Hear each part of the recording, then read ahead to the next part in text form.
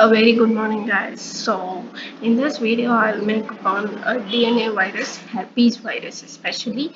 In DNA viruses, there are many. Your herpes virus, pox virus, adenovirus, parvovirus, etc. stuffs.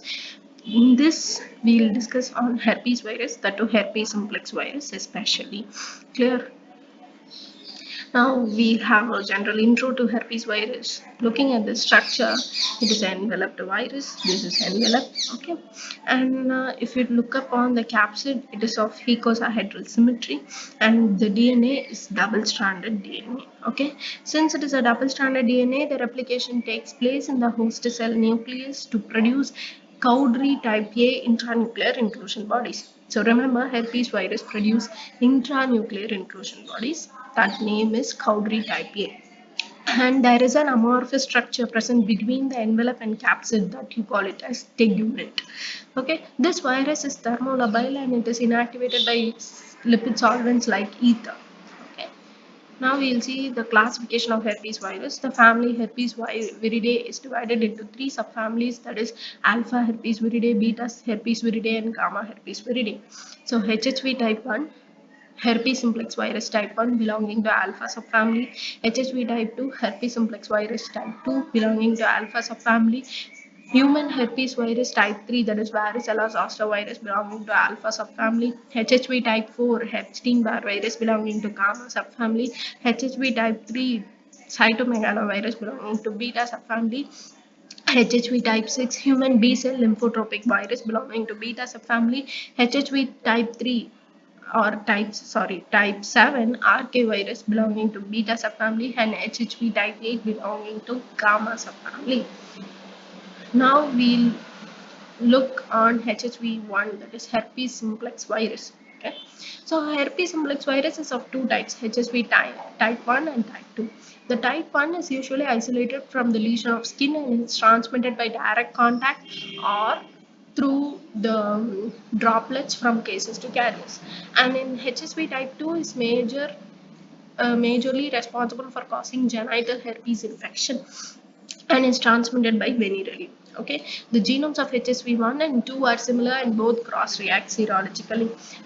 These two types can be differentiated by sequence analysis or by restriction enzyme analysis of your viral DNA.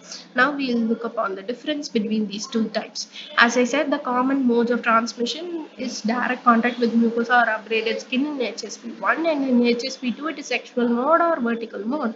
Latency, what is latency? It will be developing in the host without producing any symptoms. Okay, that occurs in HSV1 in trigeminal ganglia, and in HSV2 it occurs in sacral ganglia. The age affected in HSV1 in young children, here it is in young adults. Common manifestations of HSV1 include orofacial mucosal lesions, encephalitis and meningitis, ocular lesions, skin lesions, etc. HSV2, as I said, mainly genital lesions as well as skin lesions and neonatal herpes. In egg chorioallantoic membrane, it forms small pox. Here it forms larger pox. Chick embryo fibroblast does not grow well. Here it replicates well. These are some of the differences. Now we will see the pathogenesis of herpes simplex virus. Humans are the only natural host. Clear? So the transmission takes place by abraded skin or mucosa from any side, but it is commonly by, in HSV1 it is oropharyngeal contact with the infected saliva or by direct skin contact. In HSV2 it is sexual contact and rarely by vertical contact, that is from the mother to the fetus. Clear?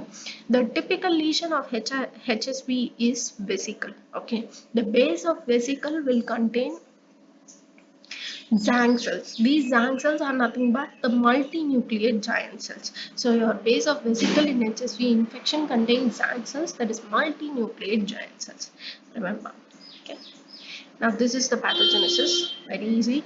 The HSV first establishes the primary infection within the host. Say for example, in the skin, it causes the primary infection within the host, and then it enters the sensory nerve terminals at the peripheral sites, undergoes retrograde axonal transport, and enters the trigeminal ganglia. As we said in the difference, as I said, the latency in trigeminal nerve ganglion in HSV type 1. Here, After entering the trigeminal nerve ganglion, it establishes latency. So it will be silent killer like that. After that, with some triggering factors, the virus will be reactivated. After reactivation of virus, this will travel from dorsal root ganglion along the sensory nerves to reach the skin, that is epidermis, and at the epidermal dermal junction. Results in recurrent infection. Clear? Understood with the pathogenesis? Now we'll see the clinical manifestations. First is orofacial infection. Orofacial infection, the most primary infection of HSV type 1 is gingivitis and pharyngitis. Clear? And the most recurrent infection associated with it is herpes labialis. This is nothing but the painful vesicle present near the lips. As you see in this picture, painful vesicle present near the lips. That you call it as herpes labialis. Okay? Now the next is CNS and PNS manifestations. Here in it causes encephalitis. HSV1 is the most common cause for sporadic encephalitis. Clear? It presents with acute onset of fever and focal neurological signs, especially at the temporal lobe. Okay, and the most sensitive non-invasive method, okay, for detection of your HSV DNA by is by CSF. In CSF, by PCR, we can detect that. It is the PCR is an investigation of choice for detecting that HSV DNA, especially in encephalitis. Okay. And in meningitis, it causes meningitis. That is, it causes recurrent lymphocytic meningitis. You call it as Mollaret's meningitis. HSV2 is the usual cause for this Mollaret's meningitis. Now we'll see about cutaneous lesion. Here, these are the terms. Okay, herpetic whiplow is nothing but the lesion present in the fingers of your dentist and hospital personnel. Okay, eczema herpeticus, especially, it is a general eruption present in children who already have eczema due to this HSV infection. This occurs, eczema herpeticus. Okay, the eczema is nothing but their skin will be rough and they will be inflamed with blisters already will be present, and because of this HSV they will develop even more eczema herpetics. Okay, herpes gladiotorum, this is nothing but the mucocutaneous infection of HSV present in your thorax, ears, face, and hands. Okay, it is mostly seen in wrestlers who undergo recurrent trauma. Okay, and this febrile blisters is very important in HSV infection. Okay, this is the most important feature, and this is nothing but fever due to any other cause can provocate your HSV to cause recurrent blisters. As you see in this picture, these are the blisters, these are the febrile blisters. Clear? Next, we will see upon the ocular and genital lesions. Ocular lesion, most common cause of corneal blindness due to this HSV, and it also causes acute and follicular conjunctivitis and chorioretinitis. Okay, and the genital lesion, this will be described here as you know, it is HSV type 2 most commonly associated, and this genital lesion can be described as bilateral, painful, multiple, as well as tiny vesicular ulcers. Okay, it most commonly involves cervix and urethra in females, and in males it infects the penis. These are the primary infection sites, and it leads to HSV urethritis. This HSV urethritis is characterized by a clear mucoid discharge and dysuria. Okay, this is HSV urethritis, and the primary infection here is most serious. Okay, and it is always associated with fever and malaise. When only cervix is associated, the infection will be even asymptomatic. Clear? This is the genital lesion. Now coming to the visceral and neonatal HSV infection, the visceral infection include esophagitis, especially the most common site is distal esophagus, as well as pneumonia and hepatitis.